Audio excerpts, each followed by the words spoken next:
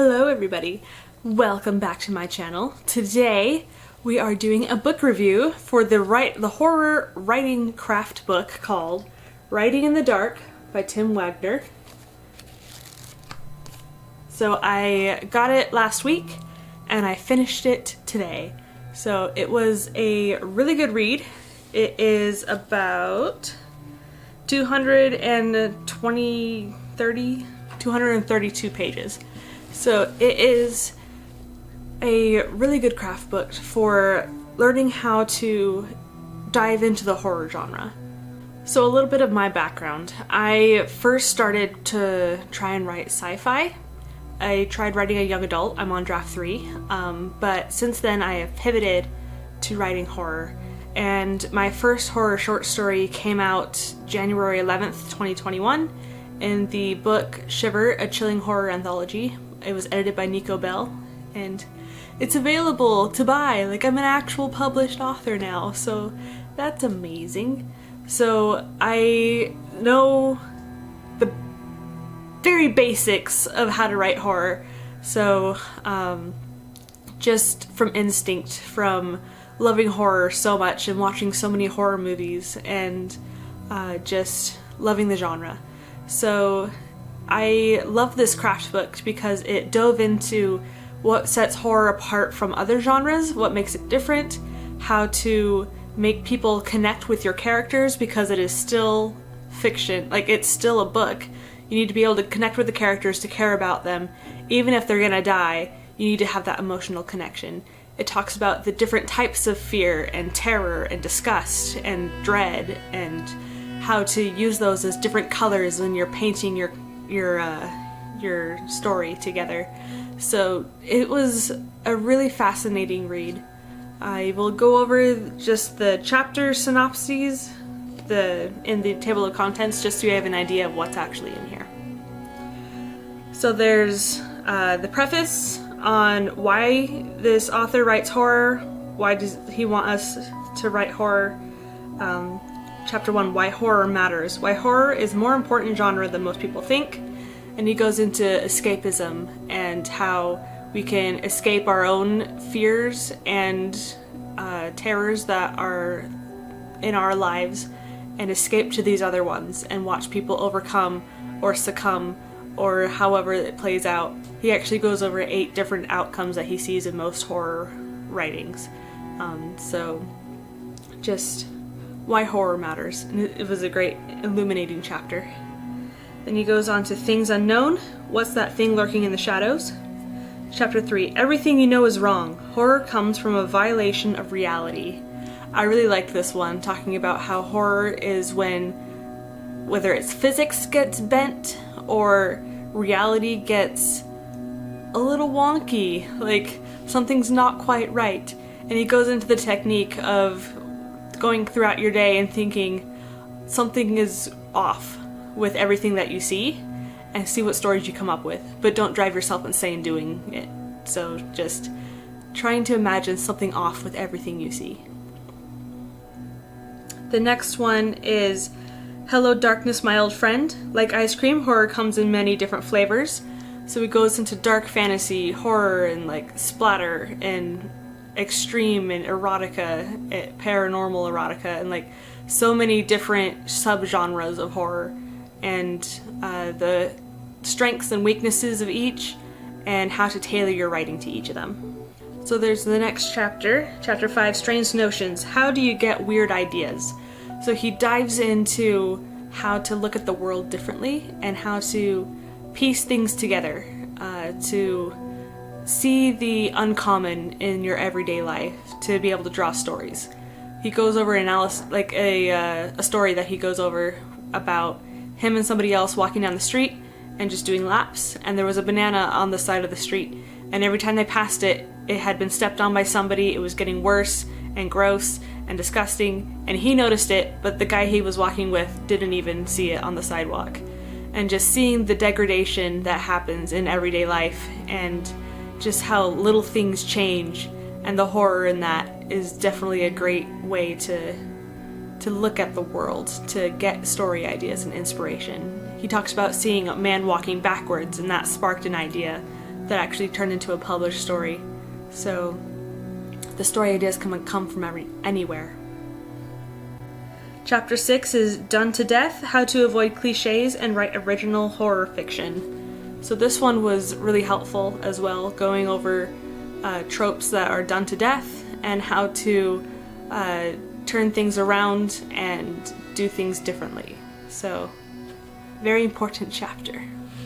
Chapter 7 is Where No Monster Has Gone Before, How to Build a Better Monster. I really like this one. He tore down monster cliches and turned them inside out, and had, like, you can turn them down to the base of the core of what a monster represents and then build a new monster on top of the same building blocks, or you can do a reverse monster, like instead of a cannibal, a reverse cannibal. So instead of eating somebody, they feed themselves to others.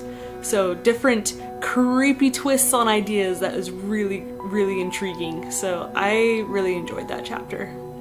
Chapter 8 is the Horror Writer's Palette, using dread, terror, horror, shock, and disgust in your writing. So he goes over those, defines them, tells you how to implement them in your writing. Like how he gives examples on writing each of these feelings and use them as colors of paint. And it was such a good chapter.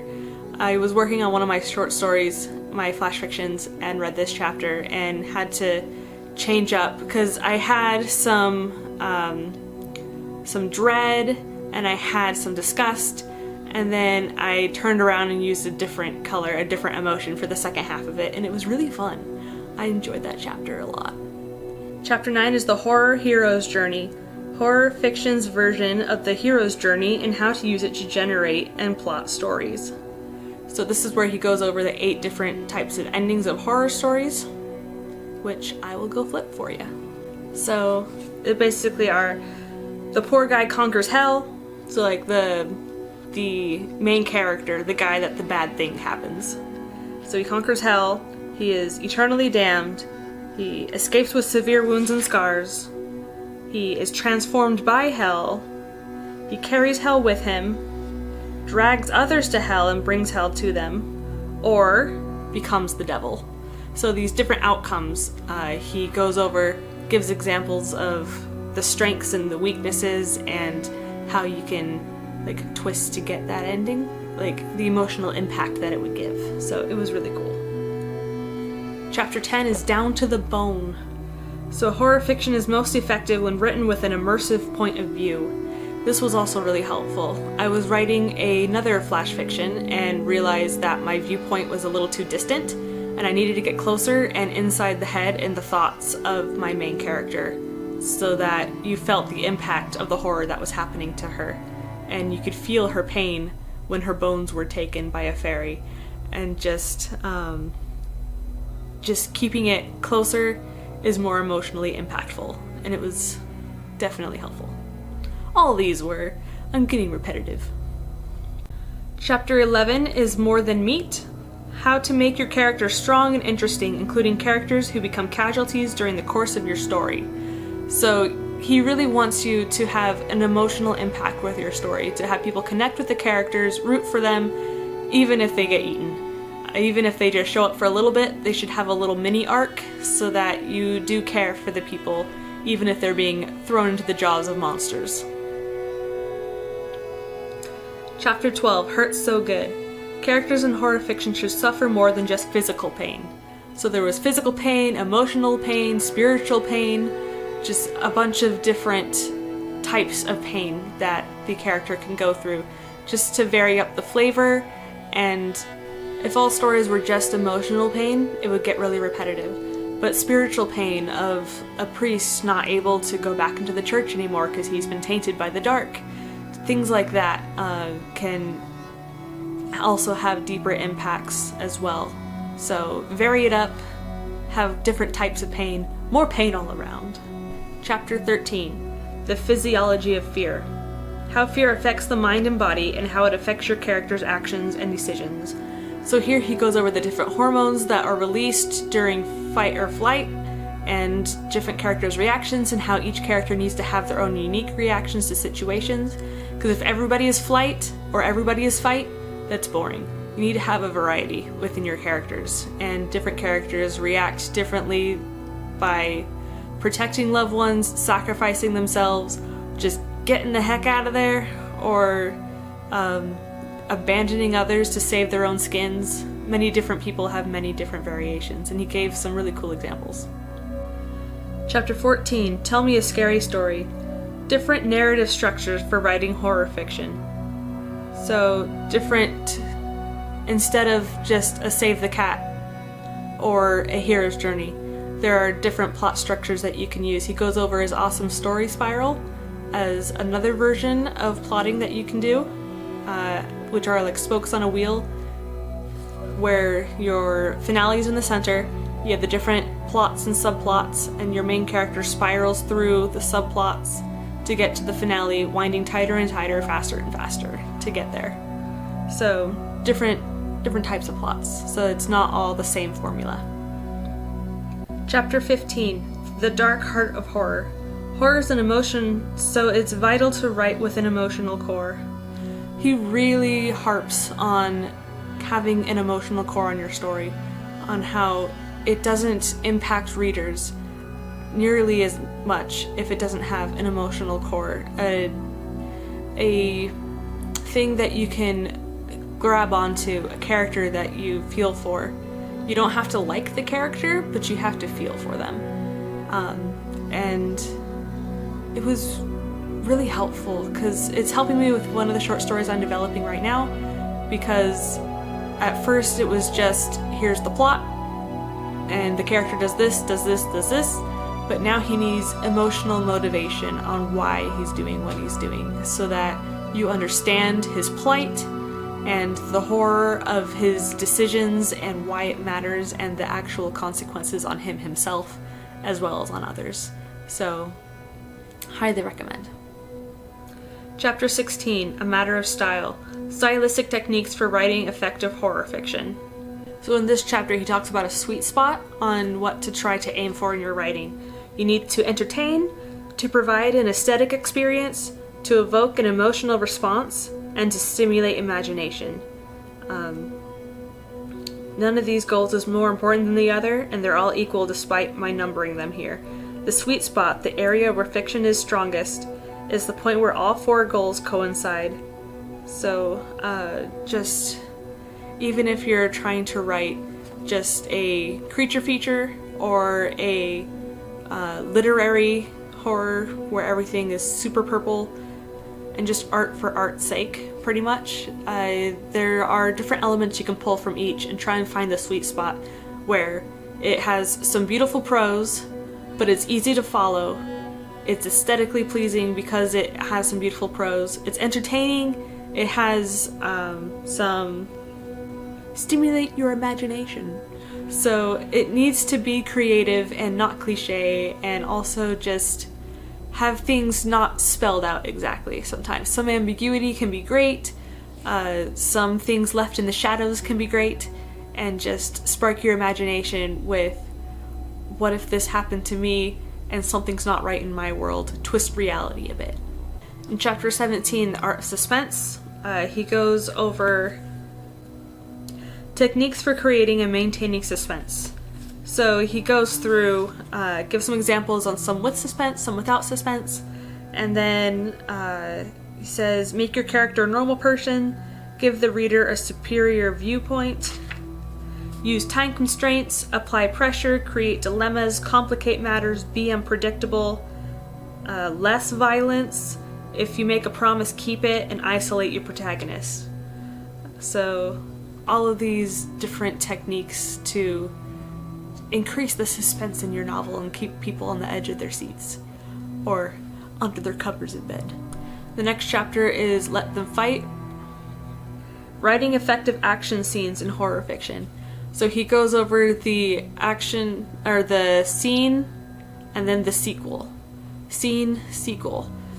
So something happens and they reflect and plan for the next step, and then the scene happens and then they plan for the next step. So that kind of 1-2, 1-2. So you alternate. So it's not just solid dodge, punch, kick, duck, and just your eyes glaze over and you lose track of who's who and what's going on. So that was a great chapter. Chapter 19, There Are No Limits, but How to Deal Effectively with Extreme and Violent Content. So in this one, he actually has a letter that he received that was sent to the police station and the college that he was teaching at, saying that this old woman had read a book by this author and was extremely concerned that he shouldn't be around students because his mind is so deranged, and what he had come up with, he might be a danger. And so, just a fair warning that you are creating a blade with your book. Something sharp that can hurt. So be careful, and know what you're doing, but make it a sharp knife, because don't do it halfway. Chapter 20, The Evil Spreads, Marketing Your Horror Fiction to Agents, Editors, and Readers. So this one didn't go too into detail, but just basically network, find anthologies, that kind of thing. End of the line, the last few words, and then the autopsy in the appendix was really enlightening. He has his first horror story that he ever wrote when he was about 18, 19, and he dissects it and explains where there was potential and where it went terribly wrong, what was super cliche, what he would have told himself if he was his own student. So that was really helpful. So that was Writing in the Dark by Tim Waggoner. I do recommend it, especially for horror writers and dark fantasy, dark sci-fi, those kinds of writers. It does an excellent job of explaining dread and suspense and horror and terror and disgust and how to use them effectively and sparingly when needed, or just to make the atmosphere as compelling and as all-consuming as possible. So how to draw the reader in and make them want to stay there despite them being terrified while they're there, or just completely enjoying a creature feature fic that is monsters eating people or zombies on the loose. There are many different flavors of horror, and I'm excited to try my hand at many different ones. Right now I am trying a satirical-ish piece with a interview with Dr. Frankenstein and how he runs such a low carbon footprint laboratory. So I am stepping out of my comfort zone, and this book definitely helps with showing me my options, showing me the tools at my disposal, what their pros and cons are, how to use them. And I'm very, very grateful that Laura Wrights recommended this book for the book club, and I'm glad that I got it and read it. It's definitely a helpful thing, and there is a whole list of books in the back that are recommends, and a few of them came already, so I have more books to read on horror writing craft and just to read for inspiration in horror. So I'm very grateful for that. So thank you, Laura Wrights, and I will see you guys in my next video.